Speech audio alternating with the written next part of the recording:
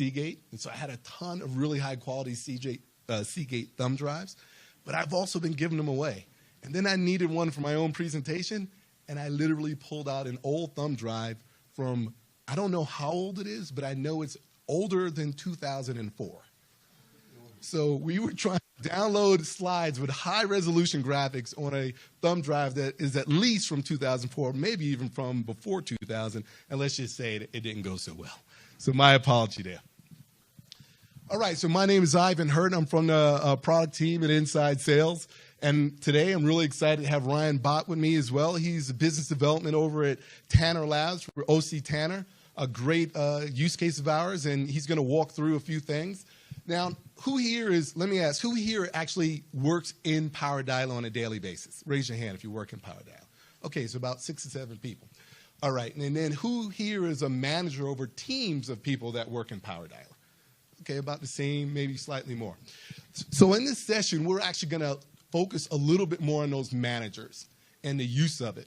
Not the use, but the value of it and how people have implemented it in one of our best case studies. And then I'm going to come back, if we have time, a little bit of Q&A. We're also have the privilege to have one other person here who's about to be embarrassed, but we'll do it anyway. Mark Littlefield, please stand up. Yeah, his head came up right before I said his name because he knew exactly. So Mark is the product manager for PowerDialer.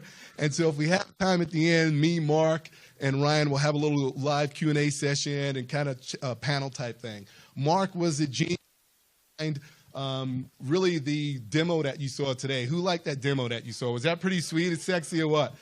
Mark's too sexy for his coat, so that's why he just got a vest on. But yeah, Mark was the brainchild behind the vast majority of that.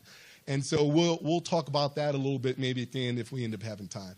So with that, we're a few minutes behind already, so I'm just going to get started. Like I say, we'll start out with Ryan Bott.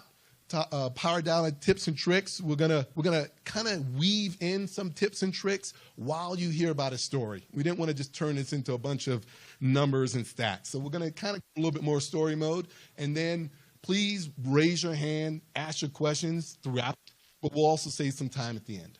All right, with that, we'll turn it over.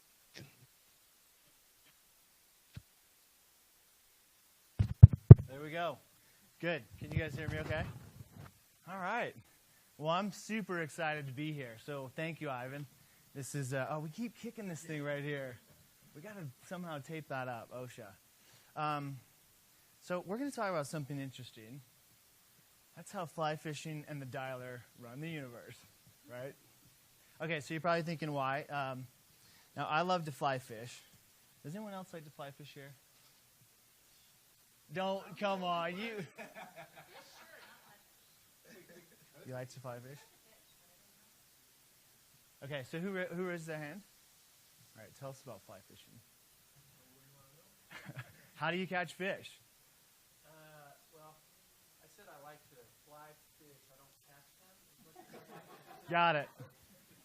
But love to be on the Provo. The Provo is one of the best out there, yeah. So you need some equipment. So this is my Sage rod. DS520, one of the older ones, and I absolutely love it. My fly boxes. Where do I put my fly boxes? You need flies, right? So these are what I love to fly fish. These are, you can't really see. I probably have 200 flies in these boxes. So they're tiny, tiny, tiny. Size 18, size 22. The higher you go, the higher the number, the smaller the size.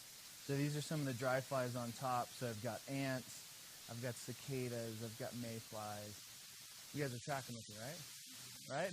Mayflies. So we're going to... What's that? Cicadas do make a lot of noise up on the Green River, but these ones, they don't because they're fake. All right. So real quick...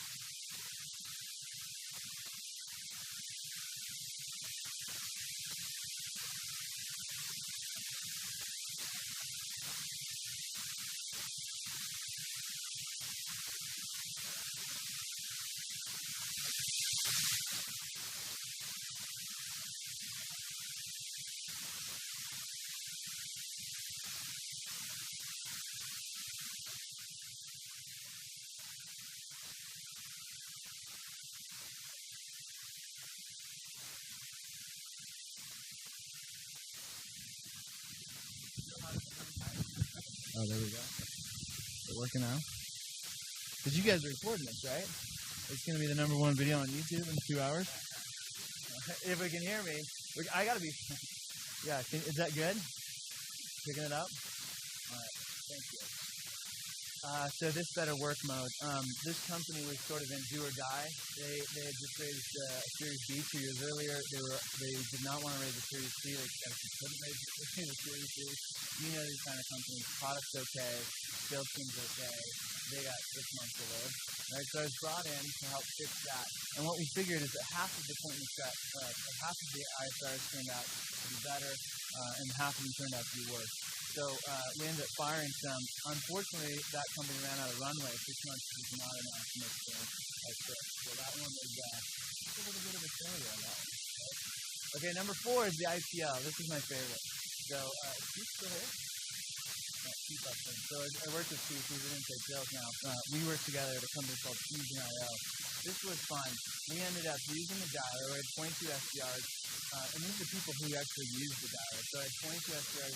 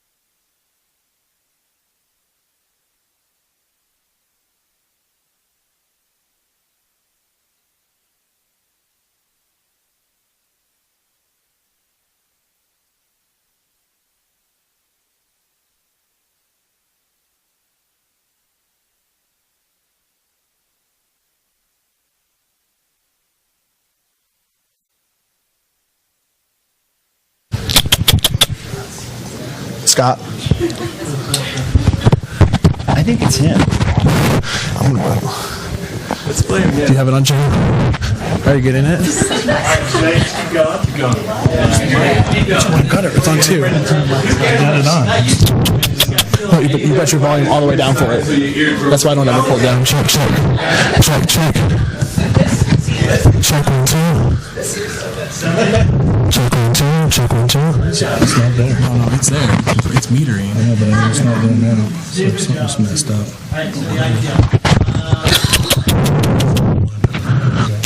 That's the one that wasn't working.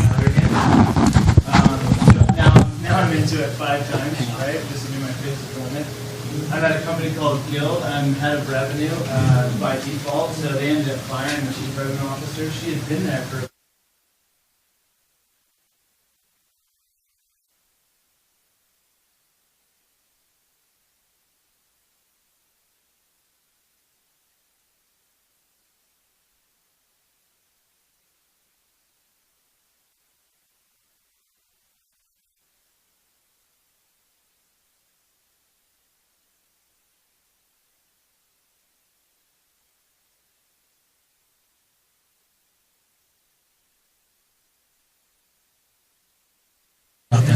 Drop this all the way, put that up at nominal.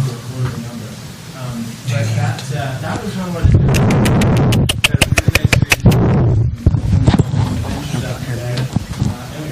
worked. The results were a little bit sporadic, though. Mute it while I put it on.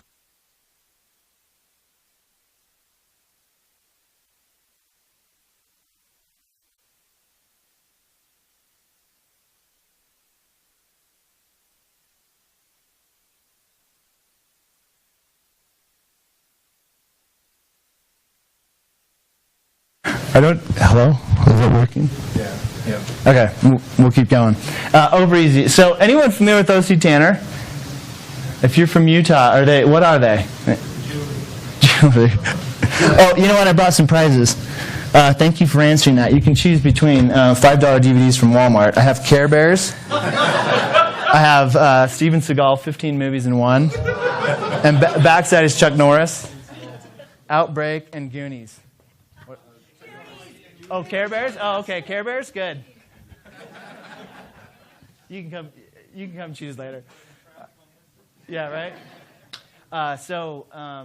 89-year-old company. I'm an OC10. I run our labs.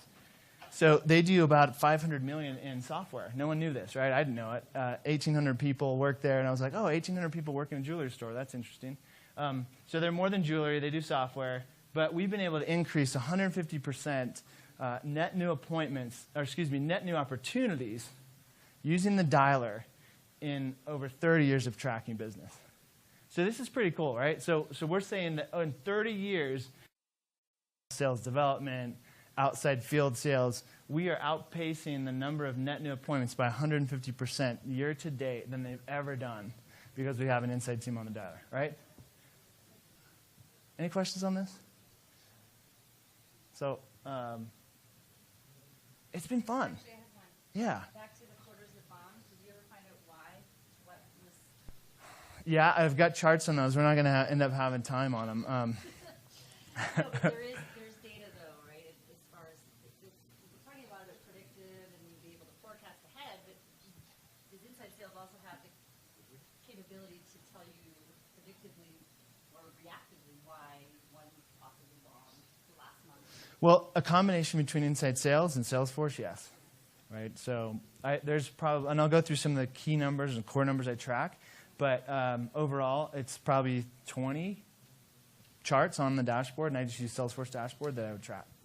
So, real quick, Conversion ratios, yeah. Ryan, so I think when you had those quarters originally, you were probably just using dialer, not using any of the predictive capability at that True. point, though, right? Yeah. Yep. Yeah. Okay. Yeah, good point. We didn't really, guys. I'm on the first, guys and gals. I'm on the first version of 0.001 of the dialer under this experiment. Like I have been through the trenches with Dave Elkington, right? Where I've said, Dave, this thing sucks. Right? I cannot keep paying for this. My boss's boss is saying quit, and we kept going, And so yeah, none of this, the early stuff, none of the prediction was there, right? Okay, so I learned 3 things. Here's the 3 things, and I'm going to apply it to fly fishing if you want me to. Well, whether you want me to or not, I'm going to apply it to fly fishing, right? So the first thing I learned is the golden ratio. Now this is kind of interesting. It's a mathematical equation. It's used in lots of things. So the golden ratio. It's just kind of fun. It basically means that 3/5. So if you fold the rectangle 3/5, the number will turn into 21, which will turn to 13. So it turns out that our brains like the 3/5 ratio. We like the golden ratio. It's used in all sorts of marketing. It's used to build architecture. So even the oldest of architecture is built using the golden ratio. And it turns out that Apple's logo has the golden ratio in it. So what's the golden ratio for me? In fly fishing, turns out that when you fly fish, you need to be able to place your fly in a golden ratio, which means in 3/5 of the water. So I need to be able to push my fly up here. Here's the current coming down. I need to have perfect drift, and somewhere right in there, I'm going to catch a fish. So this is nature, right? 3/5 ratios everywhere. So why would we mess with it? So here's the 3/5 ratio in the dialer. Stick with it. Nature tells you to do this. Here's my golden ratio. 6 deployments later, I have learned that you need to put 3/5 of your time, which is 61.8% of your time, goes to organizing the data in your process, right? So what I mean is when you're setting up your sales development or your ISR process using the dialer, overemphasize, spend literally 3/5 of your time. If I'm going to have 10 reps, I need a third of their time, not their time. I need a third of that effort. So I need to go hire somebody else and just focus on getting that data right. I cannot tell you how much time we have wasted on the dialer just staring at bad numbers and bad information, and then we end up getting one of these tools down here, and when we try and plug that into the dialer, like it is an absolute waste of time. You know the cost of the dialer. It's not cheap. Do not buy the dialer and let it sit idle. It's probably the worst. It's the worst thing you can do. Your opportunity cost just goes through the roof, right? So invest in what I call either a sales ops or a data czar, and make sure before you hire any SDR or any ISR, you've got that person in place. a couple of tools I love. I love Neurolytics. I love using Seek. A couple others outside of that just to get my data super clean and really good data today is Outreach. I love LinkedIn's Sales Navigator tool. I love Sales Loft, and I love Outro. So those are a couple tools. Any questions on that? The golden ratio. Yeah, go ahead. So you mentioned some tools to clean data, but also you mentioned hiring some people to come on and clean data. So how would that position look like? Would it just be like a temporary position, a data cleaning? Great point. Yeah, I've used both. So when I get to honestly 3 SDRs, I will hire 1, right? So I'll make sure that I have that data person in-house. Some companies haven't allowed me to buy or open a rec and hire that person, so I've outsourced, and usually I'll get 2 or 3 people. And I'll just go find, you want to find data analytics people. You want to find the quants, right? So find the people that are coming out of the universities that are majoring in finance and economics and that have that analytics background and know nothing about sales and say, come make sure our data is clean. And you'll notice, I've done this a couple times, you'll notice that these people come in and they're like, wait, I don't really understand sales. You're like, don't worry about it. Your job is to make sure that this works. And within 2 weeks, their mind's going, and you'll see them latch into that process. It's kind of fun, actually.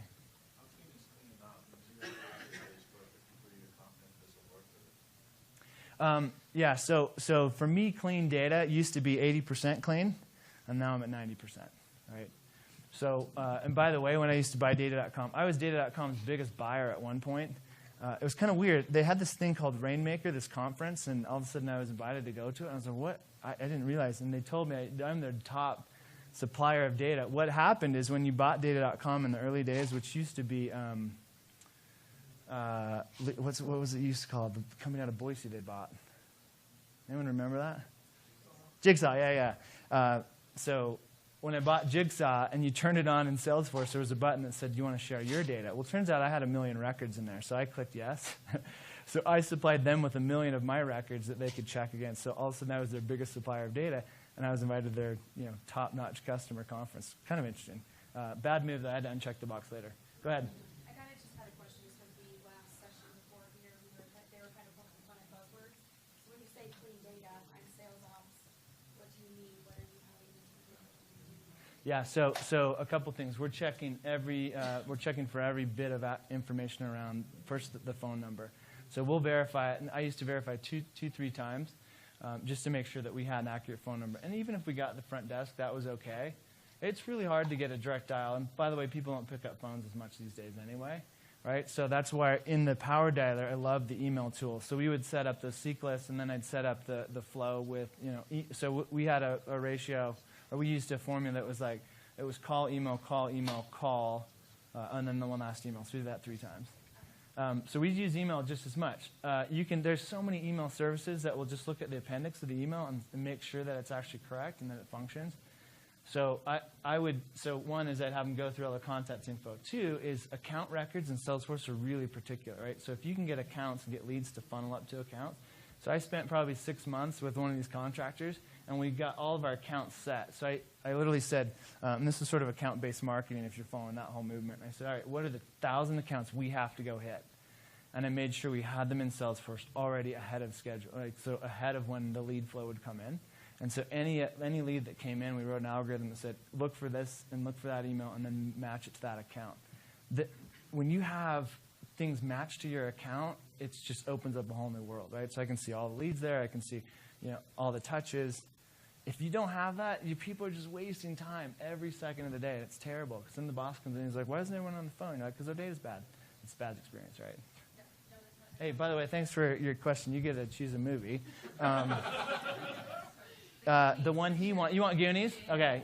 I don't know why I'm giving you the one you want, but not him. We'll sort that out later. Which one did you want? I'm just finding the character. Okay, good. Yeah, good. I knew you would be. Yeah.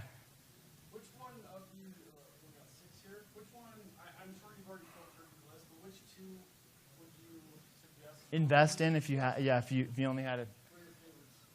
Right. So if you were on an island and you only could bring 2 things. Gosh, these are like my favorite. I have a chart and it's not in here, I don't think. where I have like honestly 120 of them on there. There are so many tools today. So I love Outro, and they're here, and I don't love them just because they're here and I know them. I love Seek. I mean, just using Seek in the dialer, you don't even have to pay extra for that. Just turn it on. Make sure you build Seek list. Outreach is the new. If anyone used ToutApp, Outreach is the new. It's just people are taking ToutApp out and they're using Outreach. It's really cool. But the problem is Outreach kind of overlaps on some of the dialer functionality. So it'll do email too. It'll do, and so you got to kind of balance. LinkedIn Sales Navigator is great, and then so it used to be that you had to have Salesloft to pull a record into Salesforce off of LinkedIn, and so you had to pay for that. And then someone came out with that import to Salesforce thing. So write that down: import to Salesforce. You can be on any LinkedIn page, and there's a button right in Chrome or Safari, or what's that other one? Internet Explorer. Movie for whoever still uses Internet Explorer. Raise your hand. No one's going to admit it. You get the Contagion movie for using Internet Explorer. Okay, fine, don't admit it. What about do you use ranking? Yeah, I've used ranking a lot, yeah. We hired a market research team who thought of all of our correct data for our ABM. Okay, we're going to go to number 2. Number 2 is ask why. So, and those are good questions. I'll be available after, but I'm conscious over time. Okay, so here's the second thing that I started doing, and it didn't occur to like the third deployment, but I literally asked, why in the world are we buying this dialer? Like, why do we have a sales development team? Why? And so it's really interesting when you go to the bottom of why. I'll just tell a quick example. My boss is a CTO, and he ends up getting called. He's an agile. He started the whole he's one of the leaders of the agile movement. He's an older gentleman, and so he started asking why. So it's really interesting. Here's a quick story. The National Monument, turns out he was called to come solve this problem. And the problem was they're spending $13 million to replace the stone. All right, so this is no small change of money, right? And someone said, well, so they brought him in, and they're like, can you help us? And he was actually going through all of their costs. And so the first thing he says is why? Well, it turns out the stone was it was totally dirty. And there was an acid on the stone from bat feces. And it was eating the stone away. I was like, okay, well, why?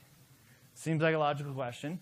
Well, because the bats come out at night, right? And the bats come eat the bugs. Okay, well, why are the bugs there? Well, the bugs are there because, they come out at night. Okay. Well, why, and by the way, you got to go 5 whys. The rule is 5, right? So, well, why are the bugs there? Because it turns out they like the light. And by the way, no one had gotten that far in the whys. No one had really figured out that the bugs came out because of the lights. I mean, it's assumed, but no one had gone down this track. And then he said, so why are the lights on? And they said, that's a good question. They said, we turn them on every night at 6 o'clock. So he asked the last why. He did one bit of research. He Googled the bug. Turns out the bug only comes out at dusk. And he said this: why don't you try delaying turning the lights on by half an hour? Problem solved. Problem solved, right? He literally asked 5 whys, and he got to the bottom of why they were going to spend $13 million, and they fixed it by turning the lights on a half hour later. So when you go to the National Monument today and you wonder why it's not lit up at dusk, that's why. And this recently happened. So fly fishing. I asked a why in fly fishing. I wasn't catching as many fish as I wanted, so I started moving my strike indicator to where it floated exactly the length of, the depth of the river, and so I could actually feel the fly bouncing on the bottom when I was using a nymph. And it wasn't until I just kept, and by the way, this took like 3 years for me to figure out. And I've got this twin brother, and he always catches more fish than me, and I hate it, right? So if I show pictures of me in here for catching fish, the good news is you don't know if it's me or him, but I'll claim them, right? So here's 4 things that I started asking the why on, and these are 4 big measurements that I track. By the way, who here is software versus other? Like, who here are software companies? Maybe half? Okay. So this is going to be focused for a little bit. Some of this is going to be more applicable to software, but 4 big measurements. Customer acquisition costs. So what's the total sum of my marketing and sales costs? You have to know why in the world you have an SDR team versus field sales. You have to know why you even have a human interaction with the customer. Ask the why. CLTV, customer lifetime value. So this is the actual and projected value of how long we're going to keep a customer. Turns out that if you spend a lot of money on a customer acquisition cost and they only stick with you for 18 months, you're kind of in trouble, right? ARR, annual recurring revenue. So this applies to software, not so much hardware, manufacturing, or other goods. But what is the annual recurring revenue that comes from that one customer? You can do this per one, and you can do this in the aggregate. And the last thing is churn. So how many customers are I losing? It turns out there's logo churn, there's net churn. You want to have positive net churn. So if you are in software, I did some work with Bessemer Ventures. This is the formula, just in case you're wondering. So it turns out that you want to have an agile ISR model, which I'll show you in a minute. You want to have a sales cycle of 6 months. You want to have so this is ACV or ARR. So one deal, one customer needs to be worth $75,000 per year that's closed, right? You want to keep that customer for 36 months. You want to spend no more than $6,000 in sales, total sales and marketing costs to get the customer. You want to have net churn of either 3% or less than 8% on logo, meaning, so I cannot lose less than 8% of my logos every year. Sorry, I actually need to have both of those. So if you're losing more than 8% of your logos every year, you're in trouble. And also, if you can't get a positive churn, meaning if I lose some, I'm gaining more. So I go back to my customers, and I'll show you how we use the dialer for this too. We go back to the customers and we say, hey, by the way, we got a new feature. Do you want to upgrade? If you can't get more upgrades than you are on your losses, you're in trouble. We do a client success ratio of 1 to 40. That is an absolute standard in the industry. And then an annual upsell. You want your folks to have an annual upsell of about 4.5%. Questions on this? Easy, right? Just make it happen. Just do this. Yeah, right. Okay, go ahead. Those numbers that is this from the experience with the companies you've been working with, or are these so these market numbers you've done? Yeah, so these are 1,000 studies from Bessemer Ventures. So Bessemer Ventures have done a little bit of work with. Turns out they've funded more software than anybody. So that's why this is a software map. So when they've tracked these companies, these are the standards of success. Meaning if a company was able to go from Series A to C and IPO, it was in this formula.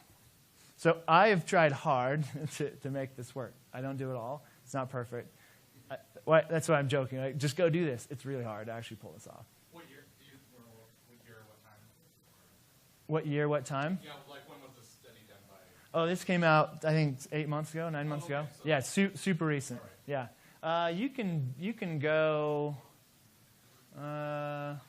These are some. I don't know if we're gonna have time to go through these. This is basically a chart on like, if you got to $51 each time, but if it took you a year to get your payback on your customer acquisition cost versus 2, you burned 106 versus 0. So these are just some charts that I like on cash burn.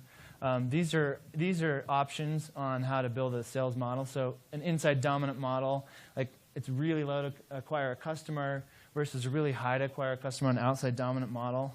MD means managing director. Same thing as AEs, for example. And then resellers. I love Atlassian, by the way. Anyone track Atlassian? Anyone know Atlassian?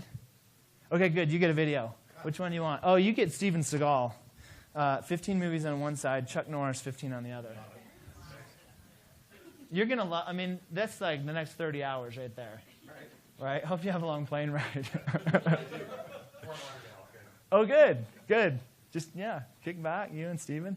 Okay, reseller model. Atlassians, they just had an IPO, $150 million in ARR, and they sell everything through reseller. They don't have a human inside sales team. It's the craziest thing, right? So you get a very low customer acquisition cost, pretty good, medium in these other two in terms of churn and revenue. But okay, so I'm going to go through this.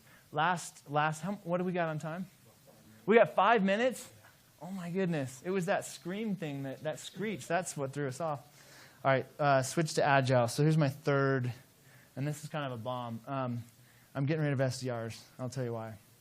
So I'm switching to Agile. I learned this, how it applies to fly fishing. About 8 years into fly fishing, I thought I had this really seems like should be pretty no-brainer. Like, why don't you take 2 fly rods? Why don't you take 3 fly rods? So now I'm that guy that actually packs 2 fly rods, and I'm like walking in the forest, and people are taking pictures of me. But I have 2 fly rods. 1, because I like to go float under the water, and 2, I like to stay high in the water. And to change your methodology can honestly take like 45 minutes.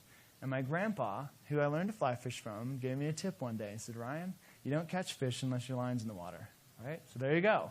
So there's the okay, will someone tweet that? Ryan Bott, screaming session, you don't catch you don't catch fish unless your line's in the water.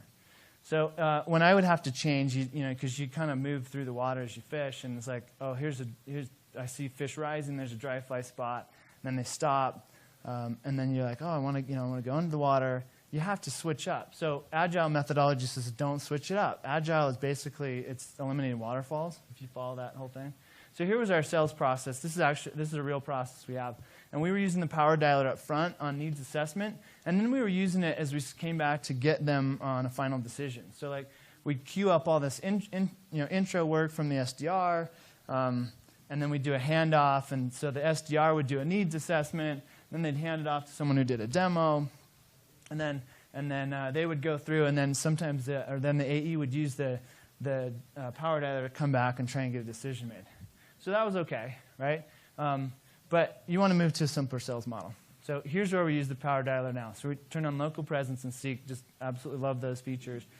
And we started doing more account-based marketing where we went and put all of the accounts in the system that we wanted to target. And we just went and got as many names as possible. So my data czars are just going like that, right? We try to automate the pilot as much as possible now. So I actually don't want someone to I don't want to have to send you information or a contract to do a pilot. I just want to get you going. We're experimenting in the last month. We've started where we literally will do the demo and the pilot in the very first call and just run with it. And then we're bringing the PowerDialer back in. So in this model, we're actually introducing client success a little bit earlier. I think I have to plug in. Ivan, do you mind helping me plug in real quick? I just noticed I'm almost out of power. Here's another view of this that I want to walk through because we're almost out of time. So I'm going after greenfield prospects, and I'm going after current customers. Now, this is if you have an existing customer base. If not, just focus on the greenfield. What I did is I allowed my ISRs to take it all the way through. So this is different. What Agile would say is, look, stop doing a waterfall. Stop having someone qualify and then hand it off to someone else who can close it and then hand it off to someone else who can implement it. Like that actually doesn't work as well. So I work in a lab where I'm around a lot of developers now. We use Agile. We use Scrums.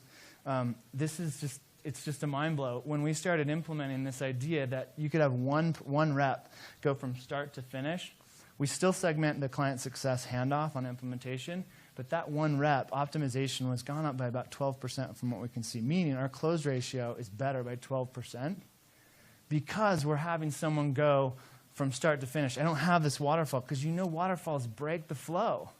It's the whole point of Agile.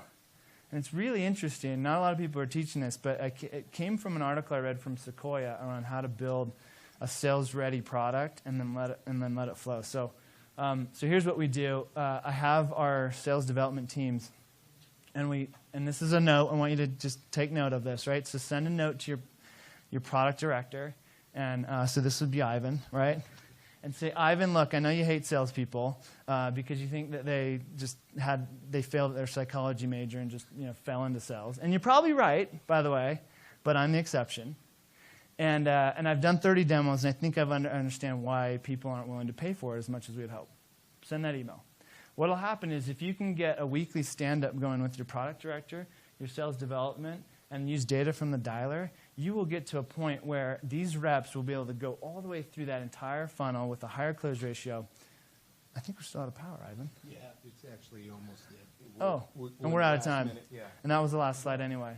All right, so actually I want to bring Mark up real quick. Mark, come on up real quick.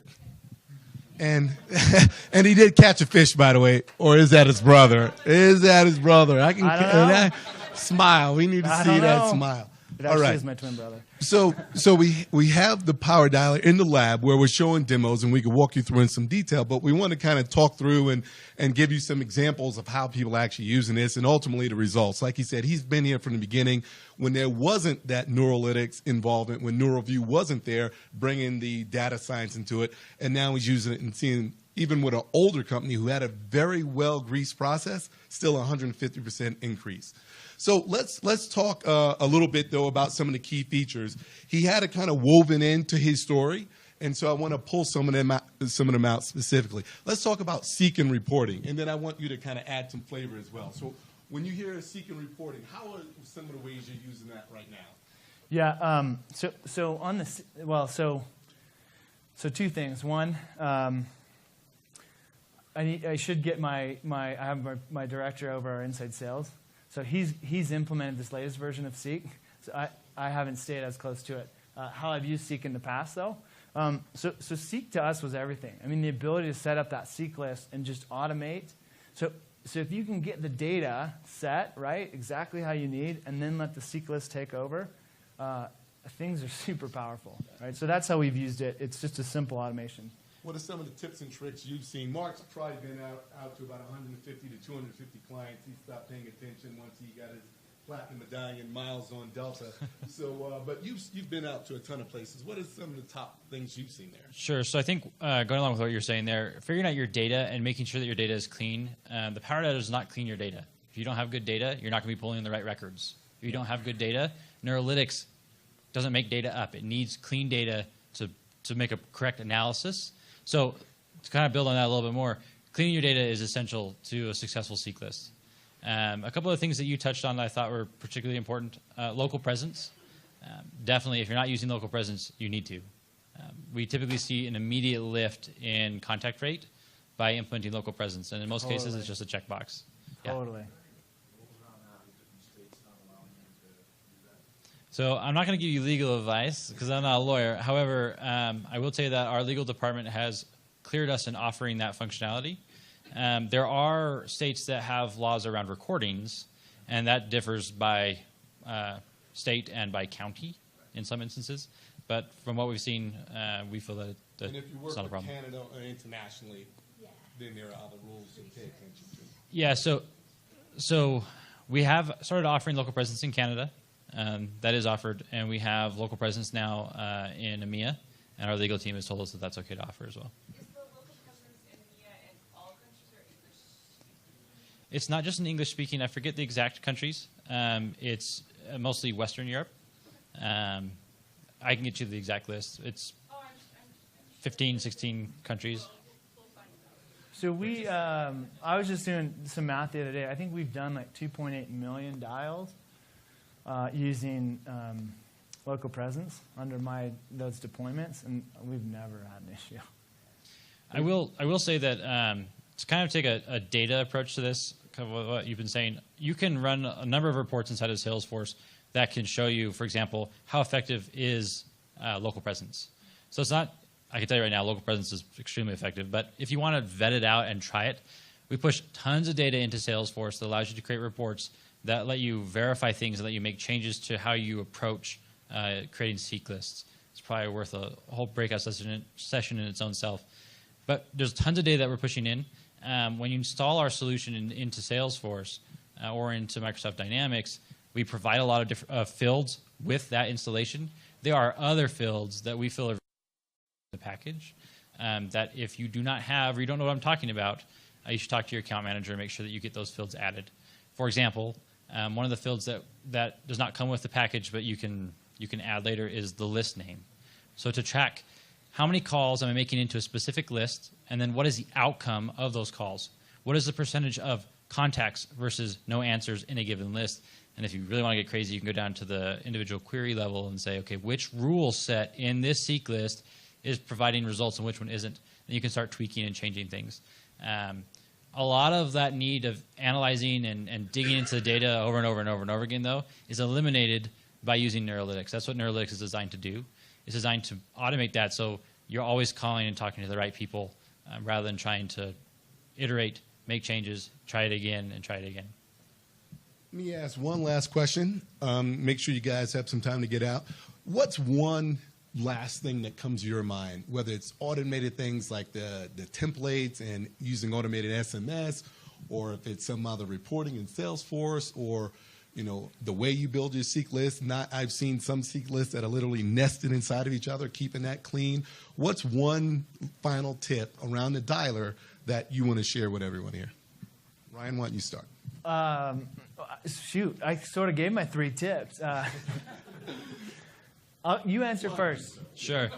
I think the biggest thing in successfully deploying a seek list is to have a good understanding of your business prior to creating the list.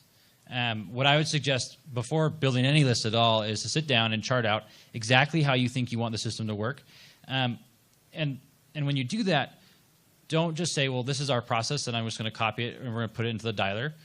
Because if you came to Inside Sales and you're looking to optimize, don't do the same thing you've always been doing. Look to do something different.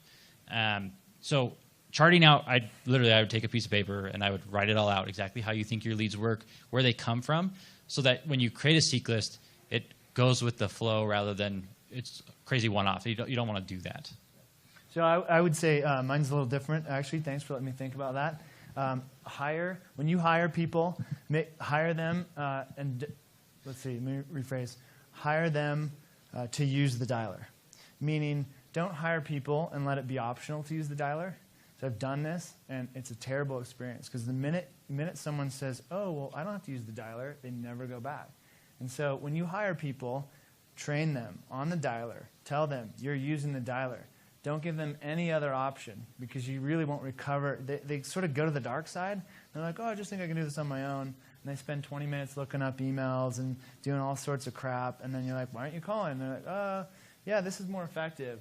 It's not, right? So when you hire people, hire them knowing and get in their heads, right? They will be using the dialer. Ryan, I really appreciate your time, and I've learned a lot more about fly fishing than I knew, that's for sure. And everyone, I appreciate it. Sorry we went a little bit long there. For a technical walkthrough of seek lists or the reporting, or to learn how to do some of the things with text messaging, SMS, emails, the cadence thing, other things like that, please come to the lab, to our booth, and we'll gladly walk you through some of those. I appreciate your time, and have a fantastic afternoon. Thank you.